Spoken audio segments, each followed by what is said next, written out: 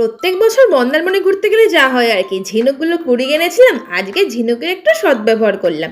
প্রথমে ঝিনুকগুলোকে নিয়ে নিয়েছি আর নিয়েছি অ্যাক্রিলিক কালার। প্রথমে একটা ঝিনুকের উপরে লাল রং করে নিয়েছি। আর তোমরা তো বুঝেই গেছো এতক্ষণে এটা কি বানাচ্ছি। এটা হলো লেডি বাগ, দেখো তো কেমন হয়েছে। তারপরে নিয়ে নিলাম আর একটা ঝিনুক, এখানে করে নিলাম কিছুটা অংশ ফাঁকা রেখে লাইট গ্রিন, আর ফাঁকা জায়গাগুলো দিলাম ডিপ গ্রিন। আর তৈরি হয়ে গেল আমাদের কচ্ছপ। কাজগুলো কেমন হচ্ছে জানিও কিন্তু কমেন্ট বক্সে।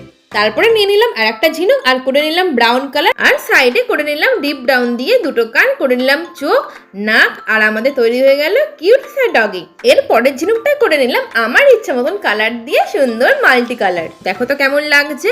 আর তারপরে নিয়ে নিলাম আর একটা ঝিনুক, দিয়ে দিলাম হলুদ কালার আর দিলাম অরেঞ্জ কালার। কি তৈরি হচ্ছে তোমরা বুঝতেই পারছো, তৈরি হচ্ছে হাঁস। আর এই ঝিনুকটাই কি করেছি তোমরা ভিডিওতে খুঁজে নাও। নেক্সট ব্লগে দেখা হবে।